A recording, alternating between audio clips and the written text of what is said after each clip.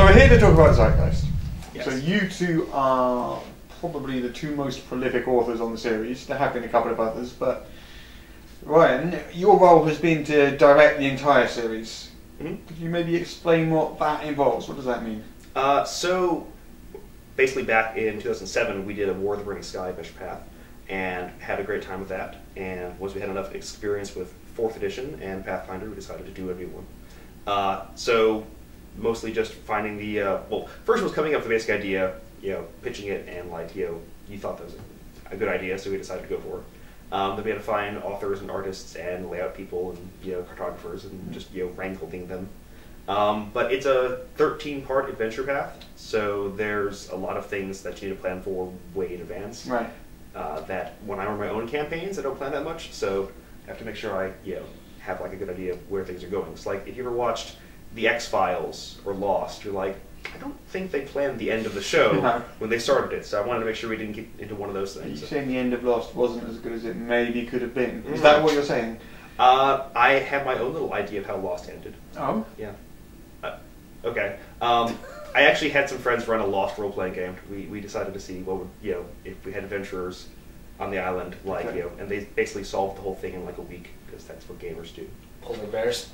Yeah. Polar bears. Yeah, I never understood the polar bear. I'm sure it was explained at some point. By then I just lost interest, so I didn't care. Okay. The first season of the show was a great year of television. Okay. So we're really getting off topic. We are. We are. So you find other authors, you find artists and things. Thurston is one of those writers. Yeah. So Thurston we originally got because we decided to do it in 4th edition, and then people were like, "Why don't you do it in Pathfinder?" We're like, "Well, I guess we could. We hadn't thought about doing it for 2 games at once," and that led to a little bit of a desperate thing of like, I know 3rd and I don't know Pathfinder that well, so we need to find someone to do the conversion. And so Thurston, stepped up and has been, excellent and amazing. Yes.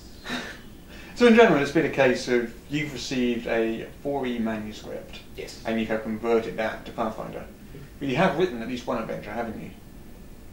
2 adventures. Yeah, and you're working on a 3rd. Working on a 3rd. 2 is at least 1, so I was correct. And then a 4th. Well, we haven't actually officially decided the last ones yet. But yeah. When we get towards the end, it's kind of like, we could find someone else, but there's like 12 adventures of backstory, like... Sure. But when you're writing for Pathfinder primarily, and then presumably Ryan, are you converting it to 4E? Yeah. So how do each of you find that experience? Is that a difficult thing to do? Is that easy? You want me to go first? Well, let's go with Thursty first. So going from 4E to Pathfinder, how's that? Oh, well, I think the biggest stumbling block is monster design. Right. Brian and I have talked about this a lot, but monster design in 4E allows for you to do just crazy things, whereas Pathfinder is very structured, and for good reasons. It's structured in that way because it's a system where players should know what to expect, and things are very much mathed to be appropriate challenges. Sure. Whereas 4E has that exception-based design philosophy. Exactly. Yeah. And you can have an ability that it's supposed to do roughly this amount of damage, and it might have a status effect, so you can just design this really cool thing. Sure. Whereas in Pathfinder, there's a lot of rules that... So what do? Do you try to find an equivalent for specific abilities, or do you just look at the general theme and just create a similar monster?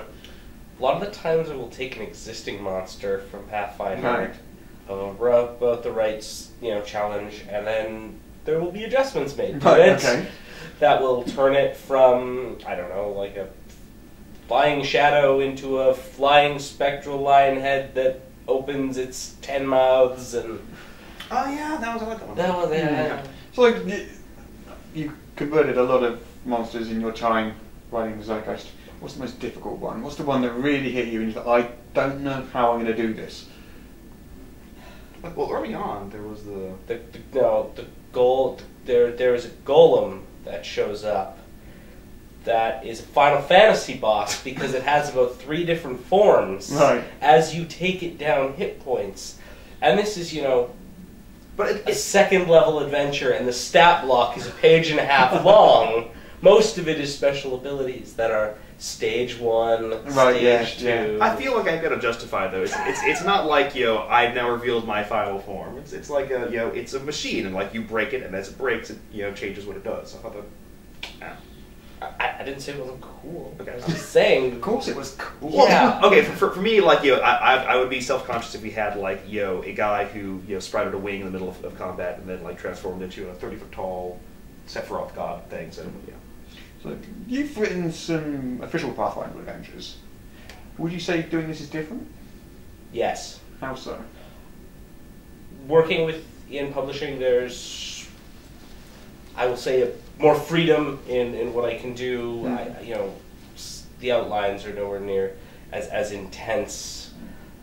So there's wiggle room. And if I have a question or I want to change something, it's very easy to get in touch with this guy here and say, hey, I want to have this thing, and it's going to be a gremlin, and there's going to be like dozens of gremlins from space, and well, right, in terms of maybe sort of things that not just in terms of the publishing process, but in terms of content, in terms of themes, in terms of the things you actually find within the adventure. Would you say that's similar or different to what you've much different. It's called a cinematic campaign. That's sort of what we've done with it, and you can go over the top and take things to 11. We're even in a more official adventure. You don't see as much of that. You don't see a lot of adventures that are doing these super ridiculous high level things. Sure. Like you might have fight a demon lord or fight the big bad end guy, and maybe there's a cool scenic effect, but I mean, we have adventures that end with ramming trains into Cthulhu-esque demons, so which is always fun. I mean, Ryan, would you say that you started with an intention of trying to do something different? Not just in the sense that you don't want it to be a mirror of, say, a Pathfinder adventure path, but just to do something different that you don't tend to get in terms of published adventures. Well, originally, what I wanted to do was to have. First of all, it's a Industrial Revolution fantasy, a bit of steampunk, and so we hadn't seen any of that from D&D or thematically there. Yeah. And unless you play more with like a clash between technology and magic, so you can have more more interesting interactions with gizmos and gear, and it gives more toys and just fun narrative stuff to do. I also wanted to have a bit of a intellectual philosophical tint. Okay, at the risk of sounding like frou-frou and liberal artsy, a lot of different campaigns have here are some suggestions for ways your characters can be hooked in, and so when we put in our different character themes for suggested ways to start, they're all kind of different cultural elements that have some sort of philosophical focus. Either you're more into technology, or there's doomsday cults, and so trying to make it so it's not just you are fighting enemies who are monsters. It's a clash of civilizations, a clash of different ways that the world can develop. And so since it's happening during a revolution, you're kind of situated to decide how things turn out. Sure. And these adventures, I mean, I personally feel that they are on the top end of complexity for published adventures. In terms of NPCs, motivations, plots, and so forth. Would you agree with that? I would be afraid of sounding egotistical, but I mean, I think I like. I mean, was that your goal? Is that where you're trying to go with that? I don't want to go for complexity. I want to have I want there to be a diverse world where the characters Okay, no, I'm going to step in here on this because I ran War of the Burning Sky before, and now I'm actually running this with my home group. And the one thing about how it's written and how Ryan polishes up everything that comes in is there is thought put into what will the players do, and that I think is why there's so much in there, because there's a lot of reasonable people would never do this, so we won't write about it. But in this, it's players will do this, and we will have a backup. Players are not reasonable people. Exactly.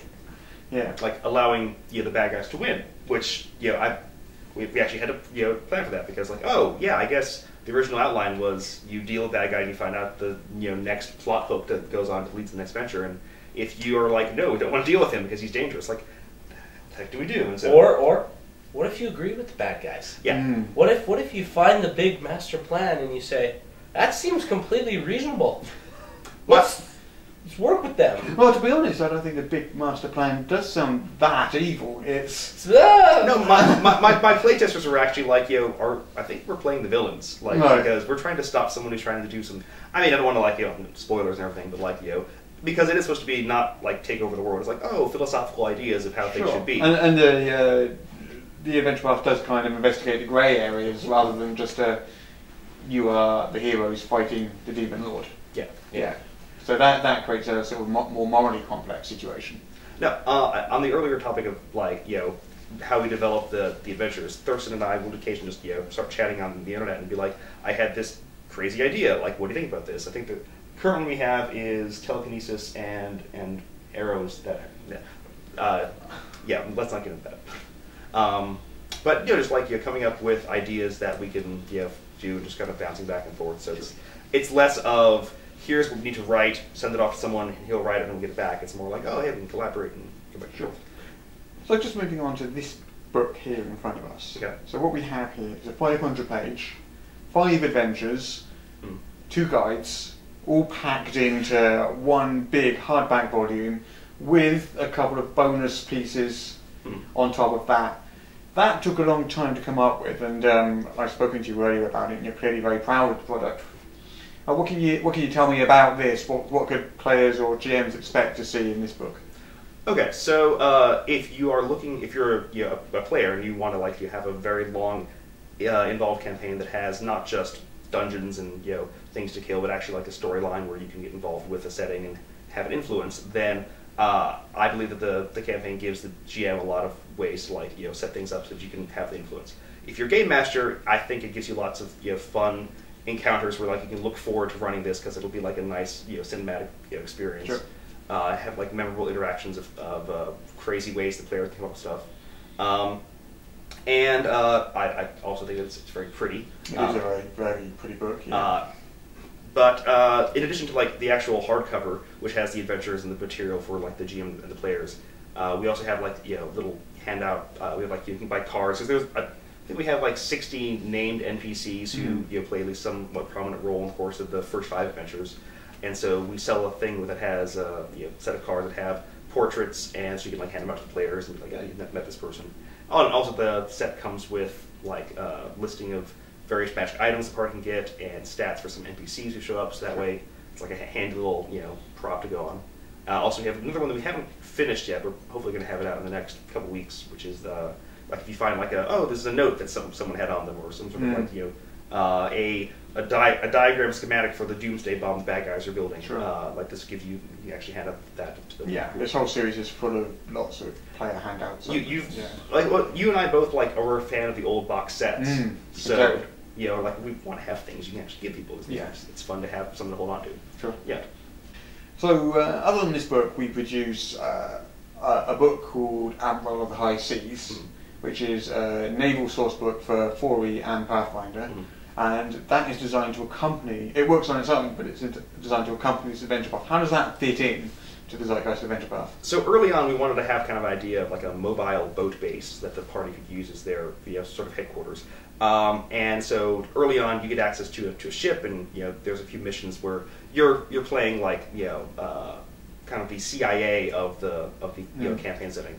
And so you go on various missions, and as you go on different missions, you're given more stipend to improve your boat. And occasionally the thing will sink, and you can upgrade to the next type of boat.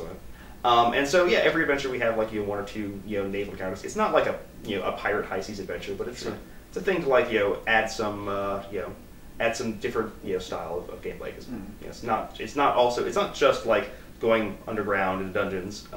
You have steamships, and also we like to make it kind of like the Clash, because if you have if you're going to go for the steamship, that is a little bit slower but sturdier, or the sailing vessel, which it is less maneuverable. So has some different options. Sure. So we've had a few reviews for these books, and generally speaking, they're pretty good reviews. People say some really, really nice things about our products. How does that make you feel? Is it gratifying to get people saying things like Ryan Nock is one of the adventure writers of this generation and so forth? Okay, if I can honestly be honest, I feel like I'm worried that we have like people who only write reviews because they've played the adventures, and I don't know if we get the reviews of people who like look at this like, this is too complicated. Like I know that there's definitely a bias if people review things that they like or that they really hate. I guess we haven't got any like hate reviews, so that's better. Not yet, no. Yeah, but I mean, I think if you sit down and you like get into it enough to actually want to run the whole series, or at least like we have advice you can like run the first 5 adventures or something. You can roll section by section. But if you actually run it, I think you'll really enjoy it. But it is like there's a lot to it because it's not just pick up and play. And I think it probably is fair to say it's not designed for the beginner DM either, is it? It's or the beginner GM. It's designed for an experienced person who knows what they're doing and is able to run this material and use it. Yeah. And that's a particular market we've aimed for, rather than a lot of the larger companies or beginner adventures and so forth. Yeah, like a lot of times you want to publish things that like, you don't normally, you haven't been running RPGs, here's something for you to run. Or like, you don't have time to prep something, take this and grab it. Like for this, I think you're going more for if you want to have like more than you would normally have time to prep for you if you were putting effort into it. Like here, we're going to try to fully develop a lot of things. Yeah. Like fill in the corners so there's a lot of. This fills in more than a bit of a corner. Well, yeah, okay. We might have put in a few sections for things like if the party decides to go into this tomb, which isn't part of the plot. Yes, there's something in there.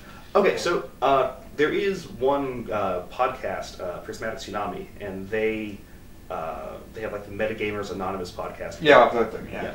And the guy who runs it, he's been running ZEITGEIST, and so he actually has like a couple actual plays for like the first 2 sessions up, and. Yeah, I'm actually really happy because like he's actually talking about it on the podcast, and so he actually has like experiences from the game that he and his groups can talk about. Because like for me, I'm like I've written this and I hope that you enjoy it. But he's like I played this and it was really fun when my players decided to do something crazy, and it's investigative, and if you are the kind of player who wants to like delve into things, like you can go chasing down all kinds of leads, and like when I playtested it. One of the players decided that he was going to like frame the bad guy in order to discredit. I don't know, this is getting off topic, rambling. So Thurston, right? So when you start writing, Ryan presumably hands you an outline for the adventure. Presumably. How complex is that? How detailed is that? And where do you go from there? It tends to start as a basic premise of these are the things we need to accomplish. Sort of like a paragraph of. Yeah. Maybe a couple paragraphs to sort of flesh things out, and then I will start going through it. And after I've gone through the review, I'll send comments back to Ryan, and I'll say, hey, I've also looked at the previous adventures, and we make reference to this thing that has to happen, that we have to make sure it happens. And so there's some tweaking like that. Find adventure X, and then go through all the previous ones, But then we'll just usually chat about it and work on a structure, and I'll steal from other publishers how they've sent me outlines, and I will put together something paragraph by paragraph that describes, okay, this is what we're going to do here, this is what we're going to do here. So Act 1, Act 2, Act 3, here's our descriptions, here's the art requirements, this is what I'm looking at for maps, this is what I'm looking at for new NPCs. Luckily, later adventures, I don't have as many NPCs coming in because we've got a huge cast already, which is nice to pull in from. But here's who we're going to use, and sometimes we'll come up with some interesting situations where I'll say, oh, I really want to use so-and-so NPC in this because they'll be perfect. Oh, well, actually, I'm going to kill them off at the adventure right before yours, or we're going to keep them till the end of the campaign, or... Sure. And how long would you say it takes you, say, from start to finish to write? I mean, these adventures aren't short. They tend to, some of them are over 100 pages long. Yeah. I mean, that's a high work count. That's a lot of work. Yes. How does it take you to sort of write an adventure of that length? 17 months. Right. No, with a lot of dedication, usually 3 to 4 to get one to a point where I can send it to Ryan, and then Ryan has to do a whole bunch of work on it. Usually at that point it's writing in the connective tissue to make sure that all the different pieces fit together. Yeah, because you do that with each adventure, don't you? Yeah. Whoever the writer is, you'll take that and then you'll massage that. I mean, how much do you add to each adventure? Is it 10%? Is it 50%? Is it a big? The original plan was like the adventures were supposed to start out as a 50,000 word adventure, and it was going to be 35,000 that they wrote and 15,000 that I wrote. And then it usually ends up getting closer to like 60 or 70. And so and sometimes it's just them having more stuff. And of late we realized, we should probably, we don't need as many encounters, because like there's a lot of, event and plot and character interaction, and we don't want to just throw in fights for the sake of getting experience points. But I don't know, if we'd been smarter, we might have been like, this idea is nice, but it's not so great that we have to put it in. Occasionally you get some things where like that just doesn't work at all, and you kind of need to go and rewrite the whole thing, just because maybe the author didn't quite grasp what the scene's supposed to do, and I mean, there was one that was heavily rewritten, where like I got the basic idea for the person, and like he had the outline of the scenes, and just the actual, the actual content of those scenes just didn't. Like the ideas was nice, but it just didn't give you anything that was like really, that usable as something that really inspired playing. Sure. Has any writer sort of come up with something that surprised you in a good way, that you thought, well, I hadn't thought of that, but that's better than what I thought of, we're going to go with that? I mean, Thurston's done that several times. He's just shaking his head. He's like, what? No, I have? What? No, that's crazy talk. Okay. So, like, in the third adventure we have, there's like some, extra planar entity, okay? And the author came with some things for that, creature to do to, like, cause some havoc. Like, oh, hey, that's pretty cool. The actual, like, villainous plot at the end was like, oh, that's great. Like, that's like, it was just supposed to be like, this is a monster that's causing some trouble, and it's having like a diabolical plot that, in at least one group that ran the game caused the whole like headquarters of the facility to be annihilated because they screwed up. So I think he had a pretty cool idea. Yeah. I don't want to like shoestring. I don't want to shoestring them, hamstring them. So like usually give them like a lot of ideas, and then it's mostly like back and forth collaborating. At this point, I actually need to find someone for the 11th adventure, because we don't actually have an author lined up for that one. Oh dear. I mean, if I need to, I can do it. But I mean, art. Let's talk about art for a second. Okay. Because the art is, and I think most people who've looked at these adventures has commented in the same way, the art is gorgeous. We've got some great artists working on this. Who are the primary artists we've got working on this? So I like to support international economies by hiring artists from foreign countries, where the exchange rate makes it a little bit easier for us to get someone who got great quality. Thanks, Greece. Who's Greece? Greece. Greece? Are you looking at Greece? Greece. Oh, I thought you were making reference to like the Travolta movie. I was like, You were just talking about countries. Yeah, he says a country now. Yeah. Okay, so the two most commonly used ones we have is that the original covers for the adventures were by a Malaysian artist named Shen Fei. Yeah. Who I've never met. He's in Malaysia, and he does like cover art and the interiors, and it's got like a nice painterly quality. And so it always has like pretty rich colors too, and I really enjoy it. And then we also have all of the portraits have been done by the same artist, Claudia Poses. He's worked with us for years. Yeah, and like Claudia's been at Ian World since like I think before he actually even was Ian World, which is 99 or so. Yeah. And so he's been doing art online for various third-party publishers. We've been using the hell out of him for like all the portraits for the characters. Actually, like some of the Kickstarter backers, as one of the rewards they got was to have their party illustrated by him, so they have the portraits that match too. And then he's done the cover for the hardcover. And so for each of the 3 hardcovers, we haven't actually finished the cover for the third one yet. But like the first one has like investigation, kind of set the stage. Second one has a battle on top of a train. And the third one was probably involved some sort of giant robot, something like that. Yeah, something like that. Giant robot. Yeah, something like a giant robot. Yeah, Giant robot. Yeah.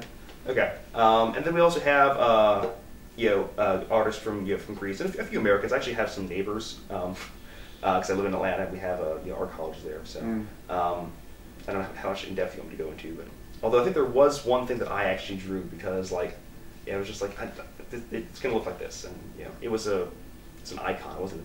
Oh right, yeah. I noticed you got all the flags done later. Did you draw those? No. Why do they? Do you not like them? All right. Okay. Flags? I mean, flags are flags. Yeah. Well, no, I mean, there's only so much you can like about a flag. It's a flag. No, it was actually like one of the art students who lives nearby me. Right, cool, yeah. Yeah. No, I mean, flags is like stripes and symbols, and there's. But it helps. I actually like that they got put in there. Well, it's like a pseudo-European industrial revolution era, so people actually have countries with flags. Yeah, I don't kind know of, but kind of set in Brazil, sort of. Well, okay, so yeah, there's like a cursed mountain that is just like the mountain that they have the Jesus statue on. So I like the interaction of having industrial revolution with like London town in the tropical environment of Rio de Janeiro. Yeah. Also, we have Claudio, who's a Brazilian artist, so yeah, Fair enough. something for him to like. Yeah, you've been to Brazil a few times yourself, haven't you? I'm a fan. Yeah, we just got back from eating at a Brazilian barbecue. We did. Yes. Yeah. All right, I think we're done. Okay. We're just rambling now. Yeah, Brazilian barbecue, EN World. All right. Well, thank you, Russ, for coming here and sitting down with us. Yeah.